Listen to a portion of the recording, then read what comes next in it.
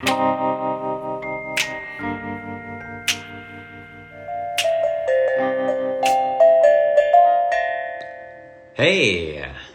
hello Instagram. It's Mike Henry. I'm here to talk about living life with passion, following your dreams to live the life you want.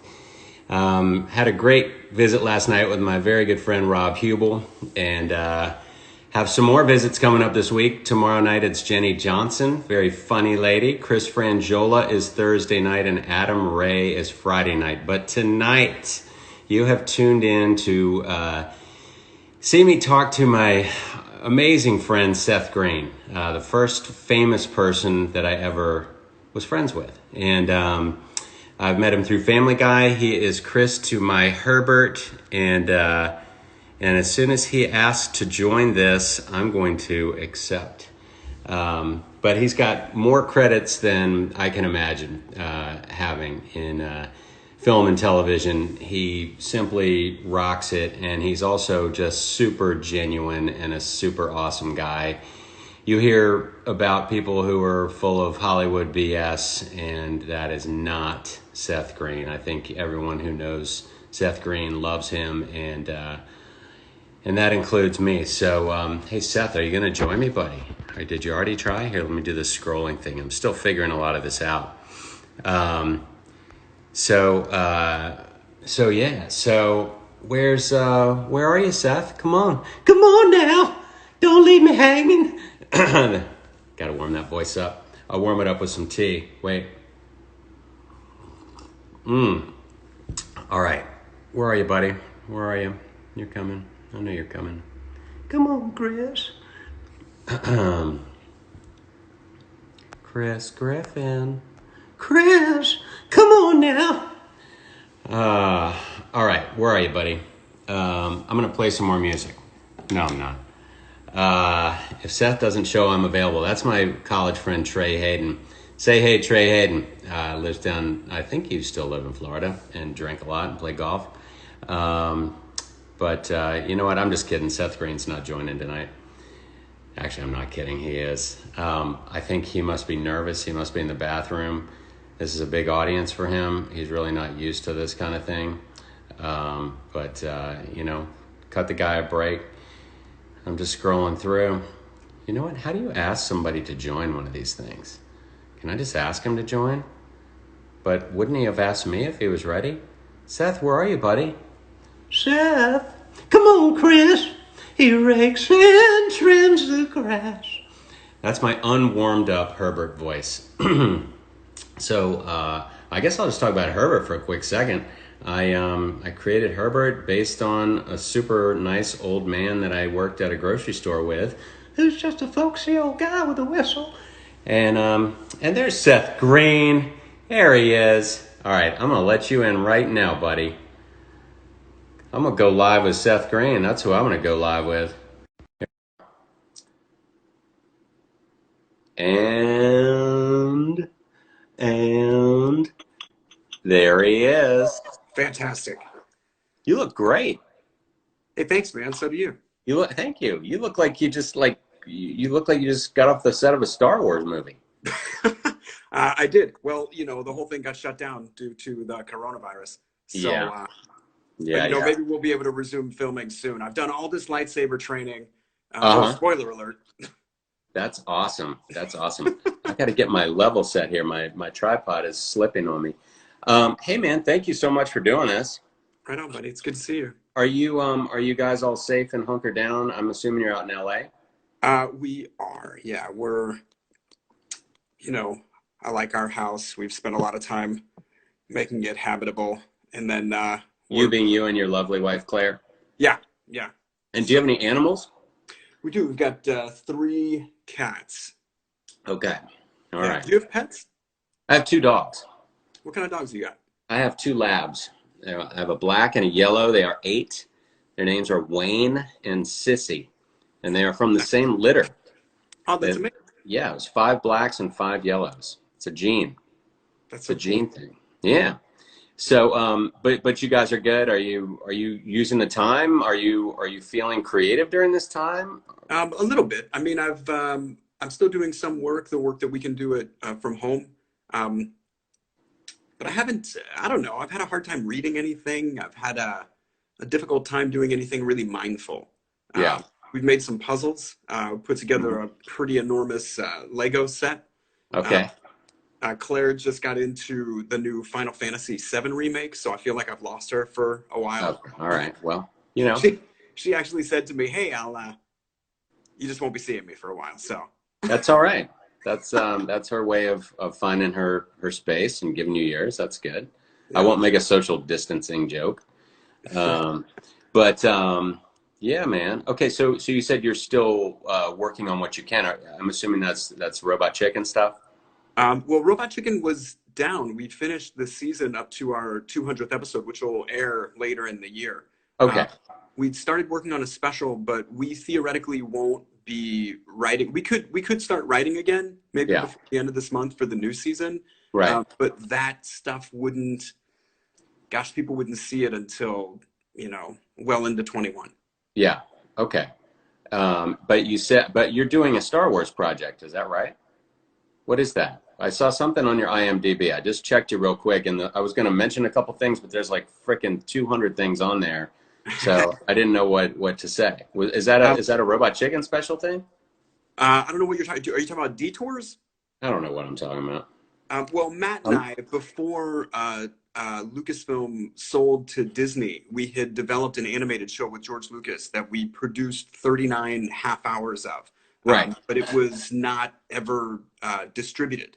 Okay, So that's what there it may is. still be a plan at some point to put it out on one of the platforms, but it currently doesn't coincide with any of the Star Wars programming, so there's no emphasis on it. But Yeah.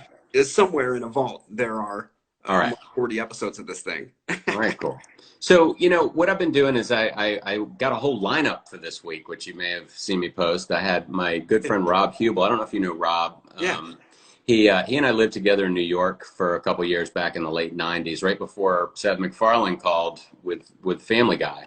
And so Rob and I caught up and got a few other people lined up for later in the week, which I'll plug later. But what I like to talk about is kind of living the life that you should. And I think, a lot of people don't do that. And, I didn't do that for a while until I was 24. I always felt like I was a funny guy and I would host different random things, but I didn't do anything to apply my comedy until I was 24. And I went to college and then I worked in advertising for a little while and I just felt empty. And so I took the leap at 24 and I sucked it up for about 8 years until Family Guy happened, which was the big hit that we're both lucky enough to be a part of.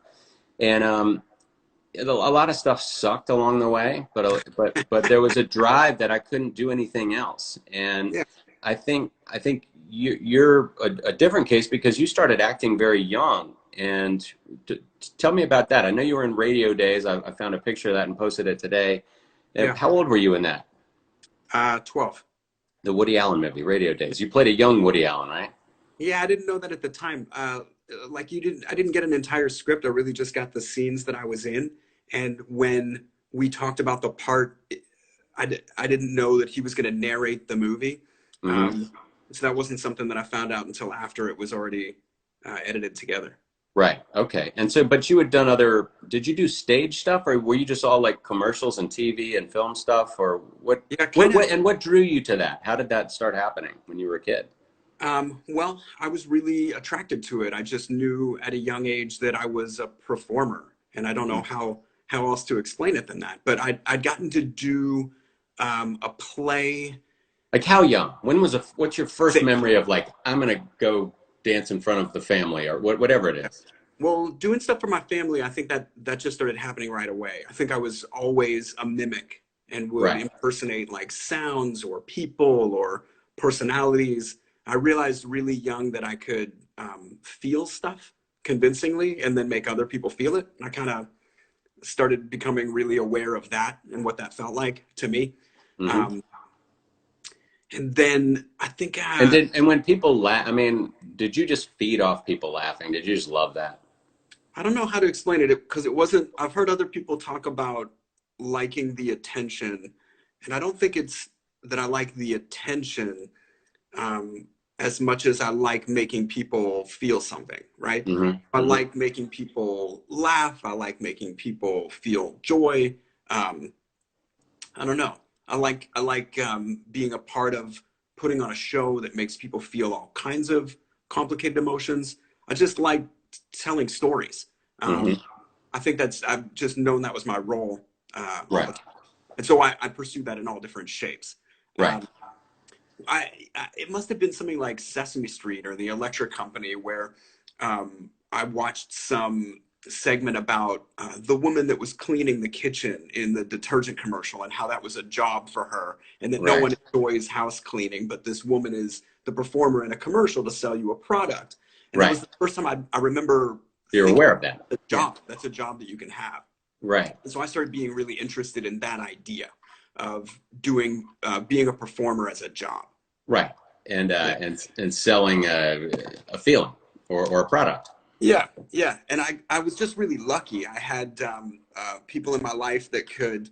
Uh, my godfather's brother recommended me an on-camera training school in Philadelphia, and I went there and took classes when I was 7 years old. Now, is that where you grew up? I know that's where you started Yeah, working. Okay. yeah. All right. And then the guy that ran that school was married to a talent manager that I got to audition for. And Right. that woman hired me and immediately started sending me out on commercial castings in New York. So my mom Right. and I take the train. This is at 7. My mom and I took the train to New York. I went in on this audition. I got the very first commercial that I auditioned for. And then I just booked a bunch of jobs. I was like, oh, I'd never felt more In your place. like everything hummed at exactly the right frequency when Right. I walked into this room and they said, okay, so you're the kid and this is your grandfather and he's telling you a story and you love your granddad and you've heard the story a million times, but you still like to listen to it because it's something that you share. Okay, you ready? And I was like, yes, I am. And so, you know what I mean? Everything Oh, yeah. they call action. We do the scene, they call cut. I don't know how else to explain it. Everything felt like perfectly in sync for me. Right. Well, you want to do a little bit? I'm not going to get you into that. Come on, read to him. Let me read you a story. There once was a boy who loved an old man very much. Yeah. Oh, boy. I think I've heard this story. I know how it ends, Mr. Herbert. You know what? Herbert is a modern day coyote. He will never catch that roadrunner, and I think that's the fun of all of this because, you know, and then especially in animation, if that's a prime example of stuff you can joke about in animation. But if you saw an actual actor, you know, playing that part, you wouldn't be able to get over it. I don't think. Just like you wouldn't want to see a live action Peter Griffin without a shirt on, you know, doing all the ridiculous things that he does. Yeah, it is interesting because I think it's important culturally to be provocative in comedy and you know, laugh at stuff that is scary or dangerous. But I totally agree with you that some stuff works far better animated when it's real or even like convincing CG. It's like a little too close to home, and I don't think people love to feel those feelings. You know, I'm a big lover of conceptual poop jokes. I think anyone in the Family Guy writers room will attest to that, or pretty much any of my friends, including you. But I do not want to see real poop. Like somebody, oh, he loves poop jokes. People would send me like a photo of a turd and like a fun, you know, it's a question mark or something. I'm like, get this, I don't know. Conceptually, so you know, animation's kind of the same thing. I do always love that. Like, if you find something funny, it's almost like a YouTube recommendation of, oh, if you think that's funny, you'll think this is funny. And then I'm always offended by what the algorithm assumes I'm going to find funny. I'm like, right. Oh, you're so far off. Right. Yeah. Like today I was walking around. I can take, my wife caught this from me today. I was walking around going, I've got to be him. You know, like, who can it be now? And so she just started laughing. And so she's like singing it. I'm like, you do? And she's like, no, you were just singing it. Anyway, that's what we do. That's how I roll. You just pass earworms back and forth to each other? We do. Yeah, it's nice. Huh. So you've Um, been doing these all week. Have you looked at what is it? Do you do like a Q&A? How does it work? Or do you no, just hang out?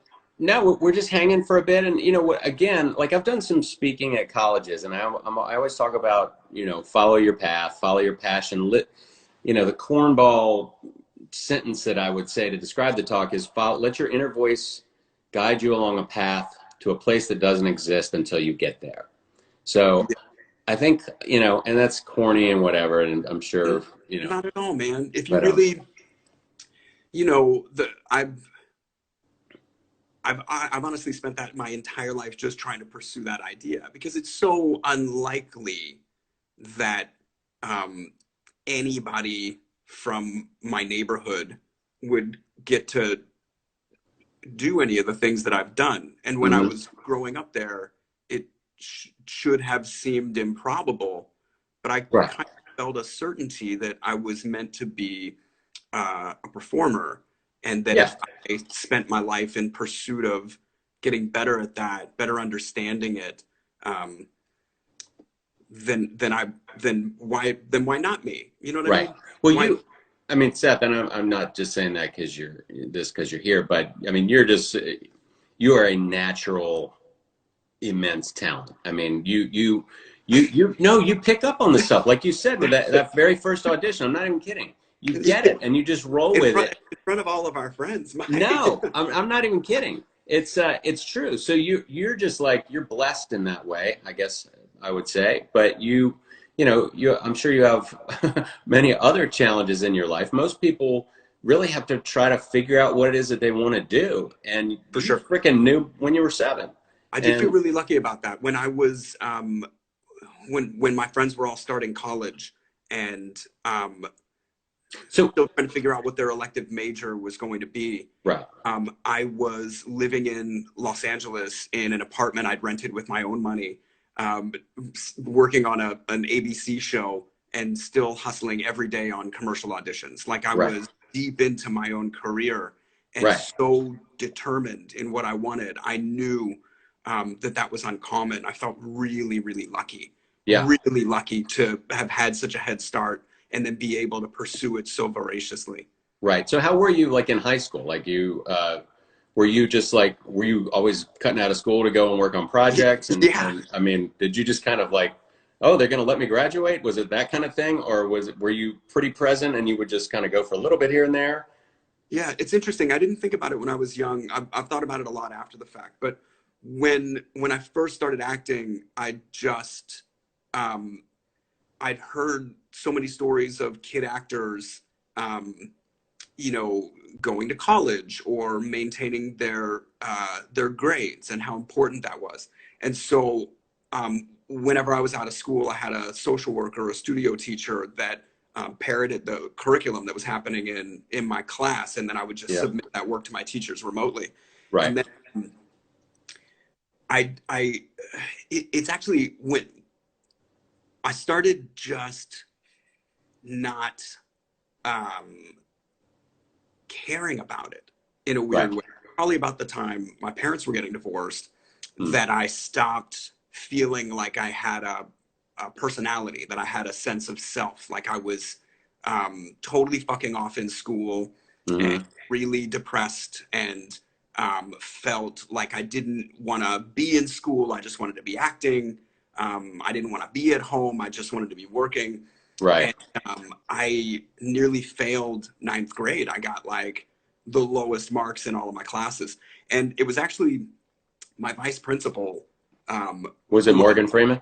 he, Okay. yeah, he always carried around a large wooden bat and he kept all the doors chained, which we Right. knew was weird, but at the same time, he cared about us more than any other educator. So, Right. um, no, my vice principal, who I'd always thought I was in kind of a contentious relationship with because I was always in trouble, um, sat me down and was like, "Hey, dude, do you really want to stay here?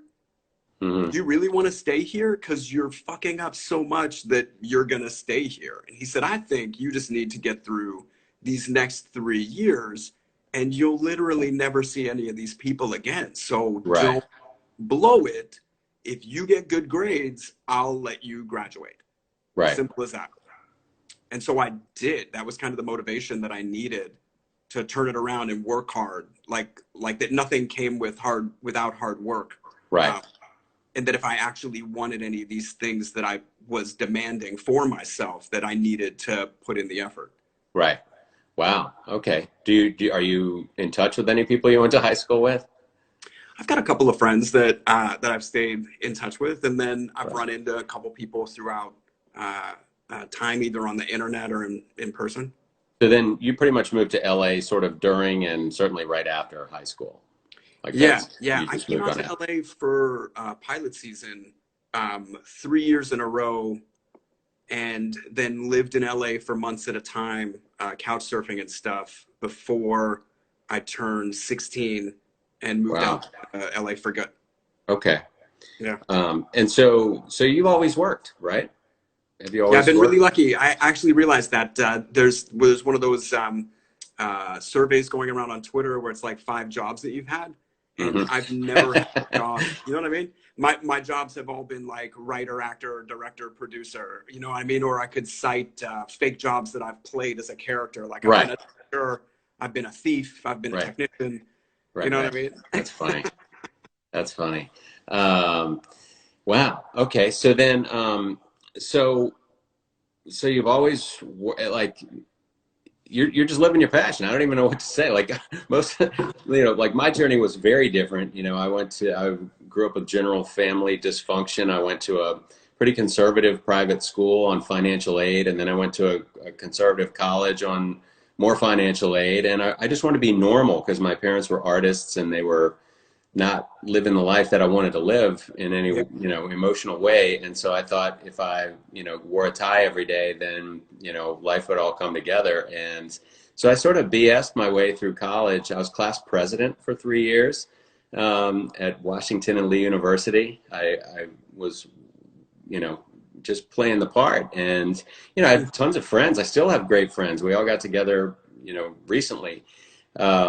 But it just never felt right. And there was always this little voice inside of me that would come out whenever we were sitting around in a smoky dorm room, and I would start imitating everybody and, just really kind of crushing it, and I was like, I got to be funny. And so I sort of got into this advertising career for about a year, and I would much rather prank call my bosses than, than do. And, my boss was just like, you realize this is a business, right? Like, and I'm just like, I just don't think I care. And then I saw Wild at Heart, the David Lynch movie. Yes. And I was like, holy shit. If somebody can be this out there and express this and be a freaking king stud, I'm going to go find my way. And I got in my Jetta and I drove to LA. And I was 24. I went from wearing ties and having a secretary, which we called them then, to working at the Gap for a couple months before Christmas to make a little money at Century City. And it was a big leap of faith. And then it took a long grind for me to find my way, to hone my talent and all that. And, I just, I look at you and I'm like, shit, man, why wasn't I, from the get go? And it's just, you're inspiring, man. Well, thanks, man. But I honestly believe everybody's path is so different. And the best you can do is sort of use anybody else's experience as an example, but it's not going to be directly comparable to you. You're doing pretty good, man. Yeah, no, I'm so grateful. I mean, I got a great wife, great kids, and, Family Guy. Holy crap. Can you believe Family Guy? We met in 1998, where I probably met you in 99 once it started rolling a little bit. But, that thing's been rolling for 22 years. Yeah.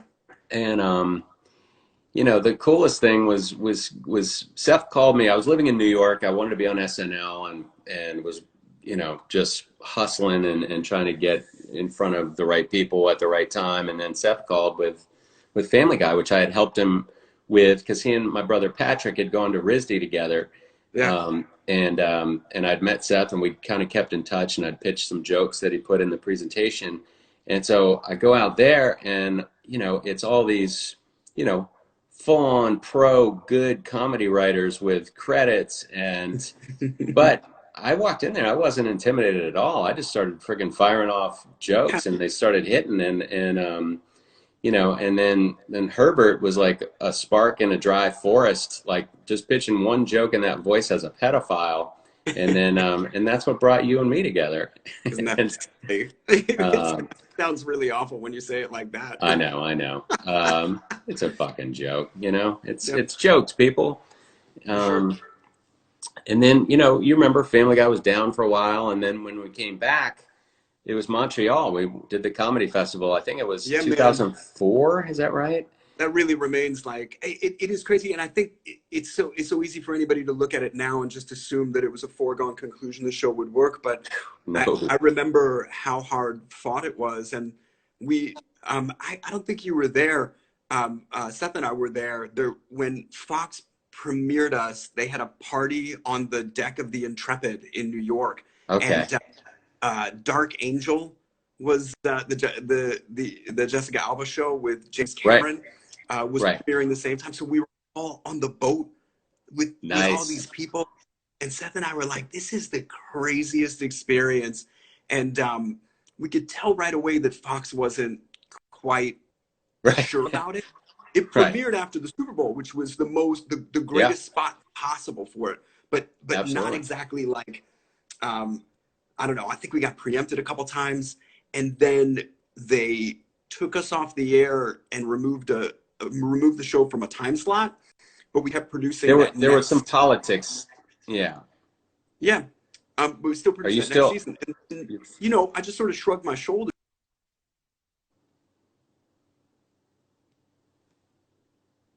All right, you're frozen. Oh, okay, there you are. Was I frozen? Are you back? Can you hear me? Chris? All right, I can't hear you. Back. It bugged out like, oh, fuck.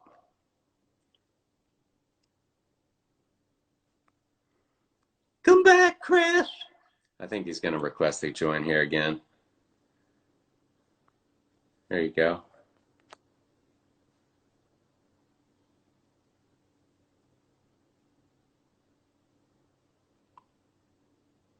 Come on, Seth Green. Come on now. There he is. Oh, there we go. Hey, just like Family Guy, we went off the air for a little while.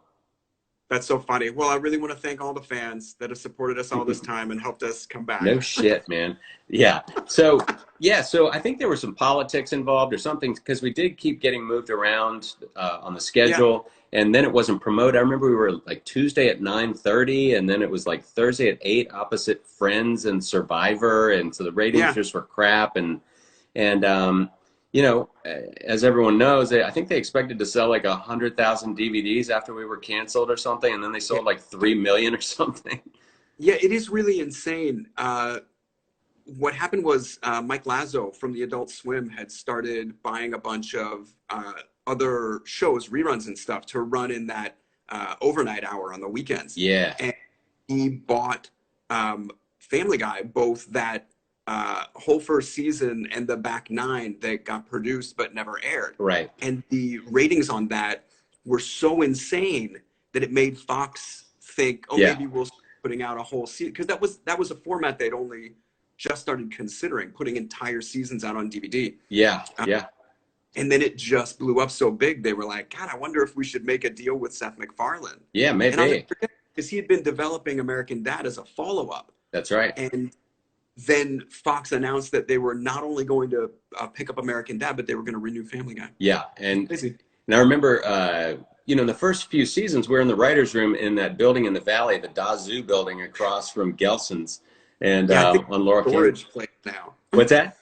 It's like a storage place now. Yeah, I'm sure, but it was very nondescript, I think, to your point. But we didn't know. We were just making each other laugh, and we were making Seth laugh, and you know, you would come in and be hilarious, and we were all just laughing. And then it was gone, and then it came back, and we went to Montreal. Remember, we got the order for 35 episodes to come back, and we did the comedy festival, and it was crazy fans. like Yeah. just packed houses. We did live table reads, and you know, it was like, okay, shit, here we are. And then I remember Yeah, get people to the show. you and me went out all night. We went to a rave in some warehouse, I and remember that. remember the floor, like the floor was Like where bouncing. the entire building threatened to break. Yeah.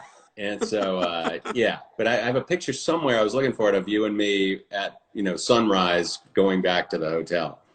I have a great picture of you with the sun coming up. Yeah, that's probably the same one. But yeah, Well, I've what never had a experience ride. like this, man. Every show I've ever been on got canceled. So the fact that Family Guy has run so long is an incredible gift, and especially because I actually love it. Like I actually love the show and find it very funny. Yeah. I wanted to do it on purpose. Yeah. Couldn't believe I got the job. So the fact that we've been able to do it all this time, that the fans are still enjoying it, that's Yeah. incredible. Yeah, it is. I mean, and now, like I was writing for it for years, and then I jumped over and we did the Cleveland show for a few years, and then when that ended, I just came back, you know, for voices, and so I read the scripts fresh like you, and it's so freaking funny. I mean, I don't read the whole scripts. I only read the pages that I'm on. right. And then any context that I need or direction like that. And that way, when I watch the show, Right. all of it is new to me, which is amazing. Yeah, I try to do most of the table reads over the phone just because I like to pick up little ancillary characters and sort of hone voices that are in my head with some of those characters. So Yeah. that's really fun to just, you know, whenever you're at a table read, you're here, everyone's hearing it for the first time, and it's really freaking funny. So and so right now we just finished recording season 18. Is that right? Something like that. I think so. Yeah. It's insane. Yeah. So have they called you to record like from your house or on your phone? Do temp That's so stuff? funny. Yeah. I did some temp stuff just to help put an animatic together. Yeah. And then had a conversation with Patrick, who's the Sound engineer, Yeah. about trying to set specs to be able to record in a closet or something. Okay. Yeah. We'll see. Yeah. I'm yeah, same here. So And yes, to everybody that's asking, that is just straight vodka. I mean, because fuck it. yeah. God. I know. I'm drinking some chamomile tea because I frickin' party this hard. My God, that is strong. Oh, and to anyone who says I look like a Jedi, Oh yeah. let me just. This is what they do, right? It's all camo gear. I like it. I like that a lot, man. I'm gonna screen grab that when I play this back. I'm recording this right now. Well, thank God you're recording this. I'm not recording this. What did you say? I didn't hear You it. are recording this. I am recording this. Thank God. This is not the joke I'm looking for. This isn't the joke I was looking for. You thought that was hilarious. It's a little, yeah, it was funny. Do you like the latest 3 Star Wars movies? I like that trilogy as a standalone. More, I like each of those individual movies by themselves. Okay. But I don't love the whole thing 1 through 9. Because there's a no, lot. I'm talking about the recent 3, the newest one. Yeah, Force Awakens and Last Jedi and Rise of Skywalker. Yes. Yeah, my kids I like are very all those into movies individually more than I like them as a trilogy. If that I makes got sense. it. I got what you're saying. Okay, cool. Yeah, we're constantly watching and rewatching those at the moment. Have you watched the Clone Wars cartoon, or did you watch Rebels at all? No. You're totally missing out. All right. Rebels. Yeah, start with Clone Wars though. Are you enjoying The Mandalorian? We watched The Mandalorian, loved it.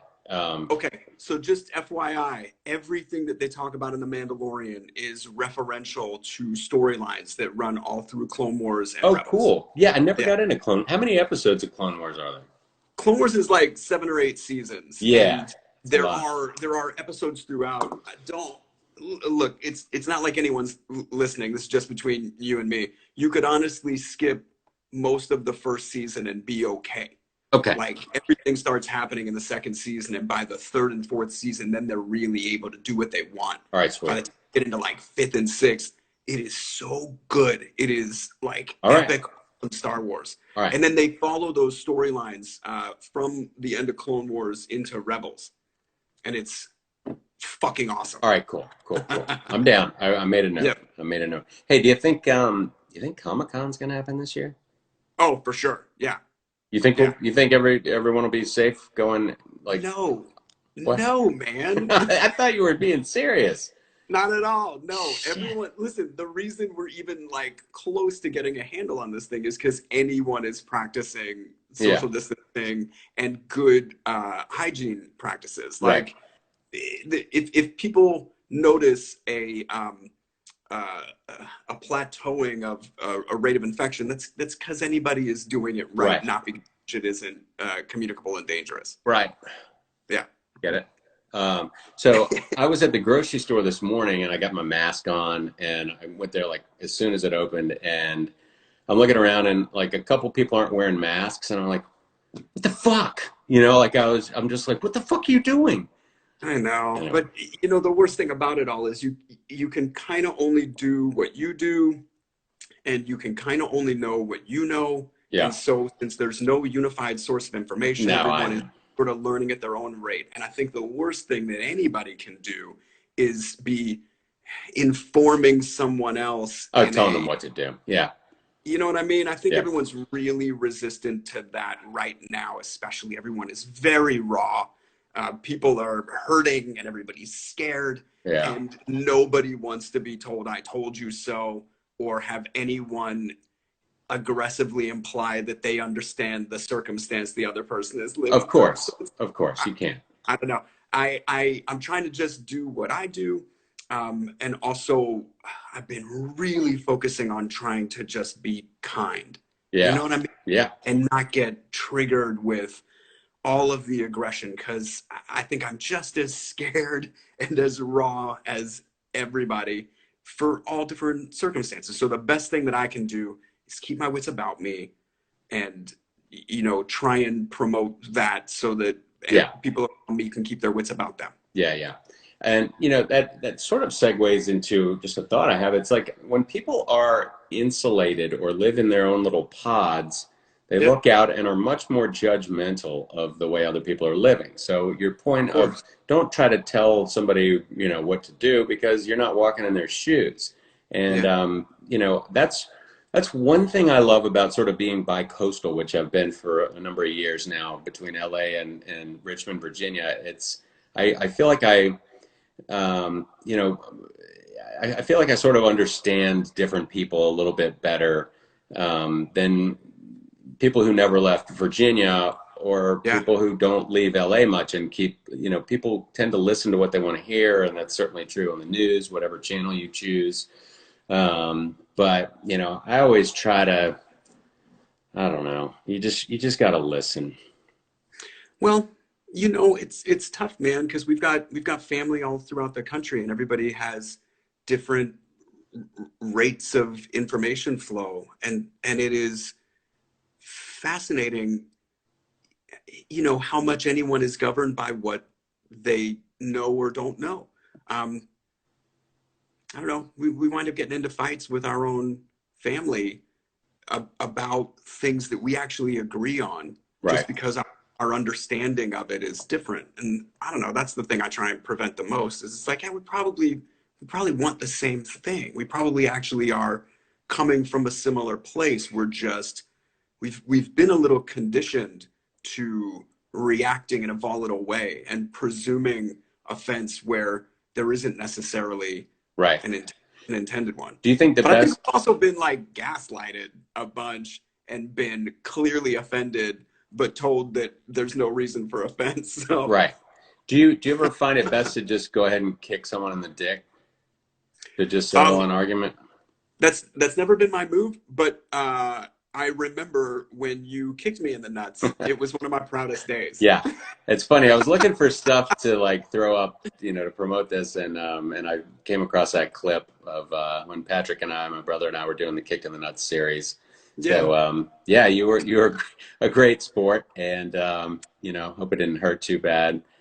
And I mean, it hurt for sure. Yeah. yeah, Yeah. um, Yeah. it's so funny how many people. So, all right, so we did this, Patrick and I did this thing for Channel 101. Do you remember Channel 101? Yeah.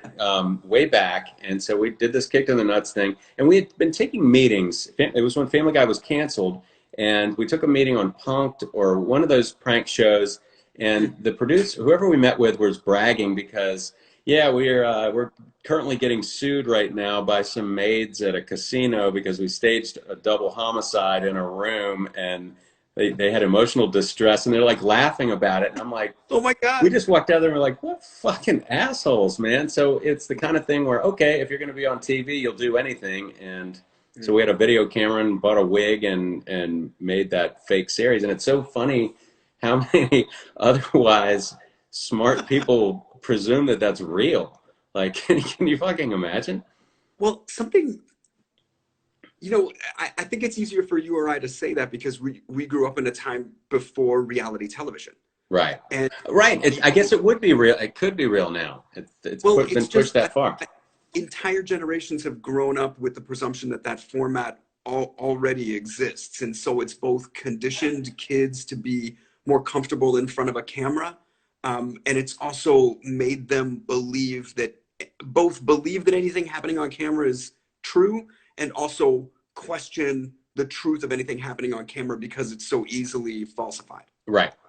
Yeah. So we just didn't have to do anything like that. But I had that with Entourage, where Yeah, you people played who an watched asshole. Entourage, Yeah. I played an asshole version of myself. Right. That's what I mean. Yeah. Which I think was paramount confusing. That's funny.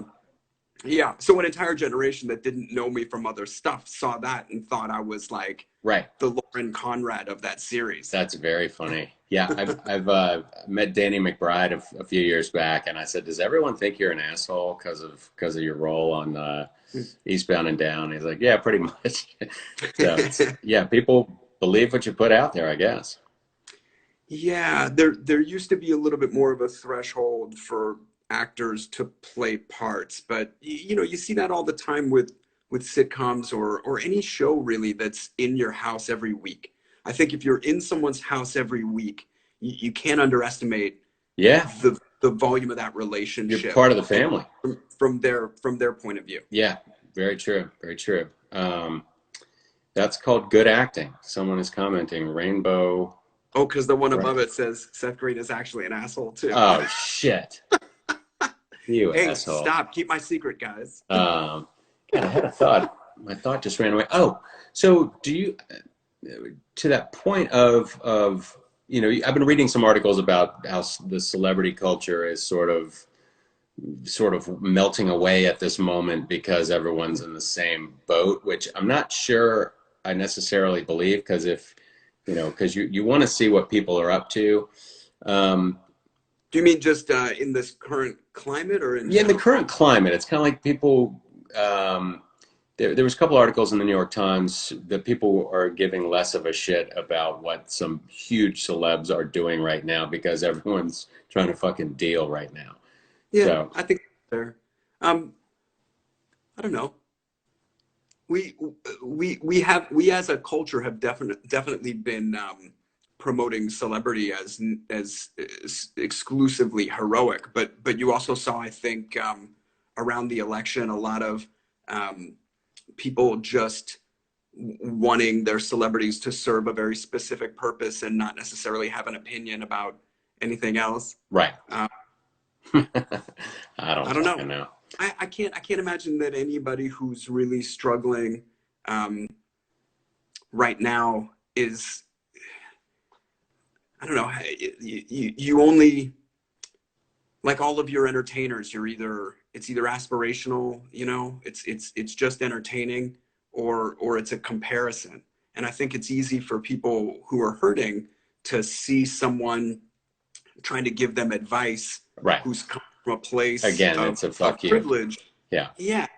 So you might not want this or that celebrity's advice on how to deal with the situation if you don't feel like you can relate to them. Yeah. And you might in that moment just want them to be like silly or do something. This comment right here, talking the Family Guy voices. I don't presume to know what you're going through. Come I just on, want now. you to know that I support you. No, you can't leave the house. They said no leaving the house. I'm just going to walk around the block. It's not for you to say. This is my freedom. Everyone okay in there? Everything's fine, Mr. Cleveland. Oh, good. Okay. Can I borrow a face mask? Yeah, I've got a closet full of them. I'm really into cosplay. Let me untie you, Chris. That's okay. I'm very good at doing things with my feet. I haven't improvised in a little while. But yeah.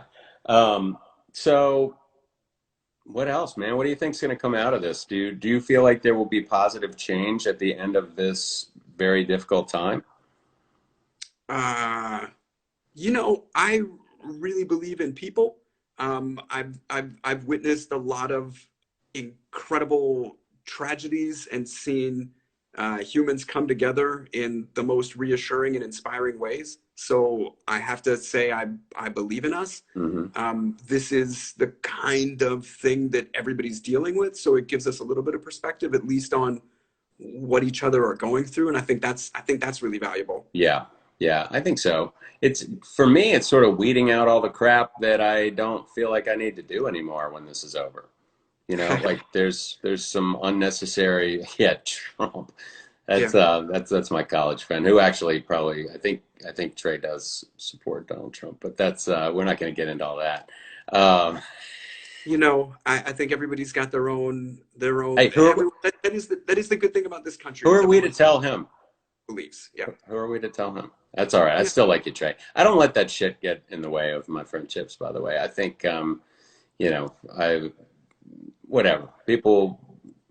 I like all people, and I Me think too. I'd rather try to talk to someone than yell at someone. That's true. So Well, and I also believe in the power of the people. When we come together for things, we can get what it is that we want. I just think everyone is really focused on fighting each other and not fighting for the things that they want or that we need. right, right. I agree. I agree. But you and me, buddy, Come as long on now. as doing our part, Get me all, eventually get me all I'm worked over up. here drinking pure vodka and masturbating relentlessly. Drink your cough syrup. Oh boy, yeah. I cringe at some of these lines when I see them on the script, and it's like, all right, Yeah, it's a freaking joke. yeah. Um, but anyway, well, you want to start rolling down? You want to answer a question or two, or what you got going on? You want to? I I don't think know. I got. I Uh, think I got a few more minutes. all You right, wanna? cool. No, no, Do no. I'm you think good. anybody's got any real questions, or are people Okay. just trolling I us? want to show you what I got. I got the Hue drum. Have you seen this on Instagram? No, what is It's that? like this drum that you play with these little sticks. It was the best $59 I've spent in a long time. That's That's my intro beautiful. music to these lives. Well, I can't wait to hear your album of interpretive world music. Let me sing some Christmas carols. Jingle You bell. said Christmas. Here's my favorite. Silent night. All right. Yeah, I got nothing. that's one of my favorites too. You're falling into the what's his name voice. Who Well, I you always like to start there. who you Like I based it on? feel like that's the baseline. You Yeah. always start somewhere in here and then like wind it out. That's Silence of the Lambs, and you've told that story many times when you went in for your audition. You saw It's the true. picture of Chris Griffin, which is typical when you read for an animated thing, and he Yeah. looks like just a big oafish kind of surfer dude. Well, I pitched a like a kid voice too. I was like, "Hey, what's up, Dad? Oh man, like you gotta find that machine, what, whatever." And it didn't get any traction. Yeah, And then I thought it's because I had spent the week. I've told this story too, but yeah. we were doing the press junket for Can't Hardly Wait, and Charlie Korsmo, an actor who was in that movie, came and stayed with me while we were doing the press junket because he wasn't going to stay in a hotel. And we just got into this rhythm of imitating Buffalo Bill from Silence of the Lambs, Yep. imagining him in all other jobs, and just how funny that was. And we had him like working in a drive-through, like, um, uh, so you want a double bacon Western cheeseburger? Yeah. And we just thought that was so funny Yeah. that pitched that concept. I was like, hey, I've been doing this voice with my buddy, and what if this was the voice? What if it was like, Dad, you gotta fight the machine? That's and everybody good. laughed. I was like, this is the thing. Yeah. But I never thought I would actually get the job. That seems improbable. So that kept you at 1,000% for your career for booking auditions. Oh, buddy. No. My rejections far outweigh the times I've gotten yeses. Yeah. Yeah. Isn't that funny? Yeah. Like, And you almost never, like, it's rare that I get offered something that I actually want to do. Too. Right. Well, you accepted this, which I appreciate.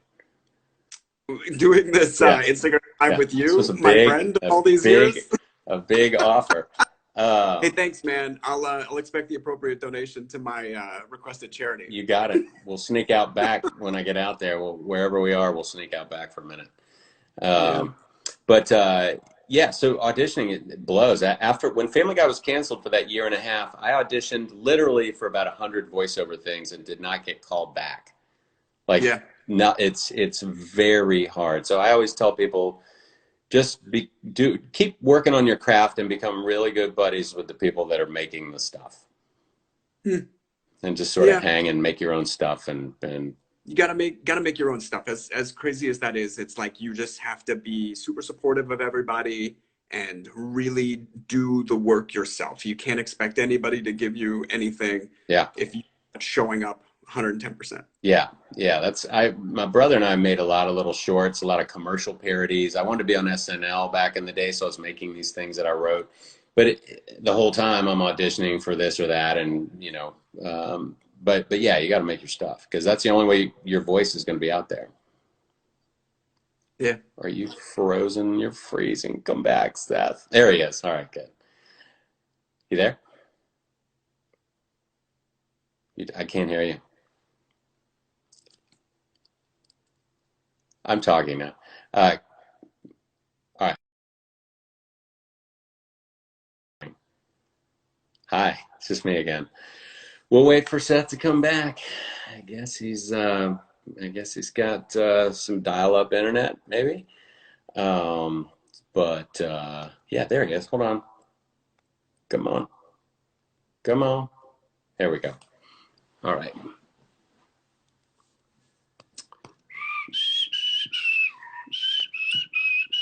Hi.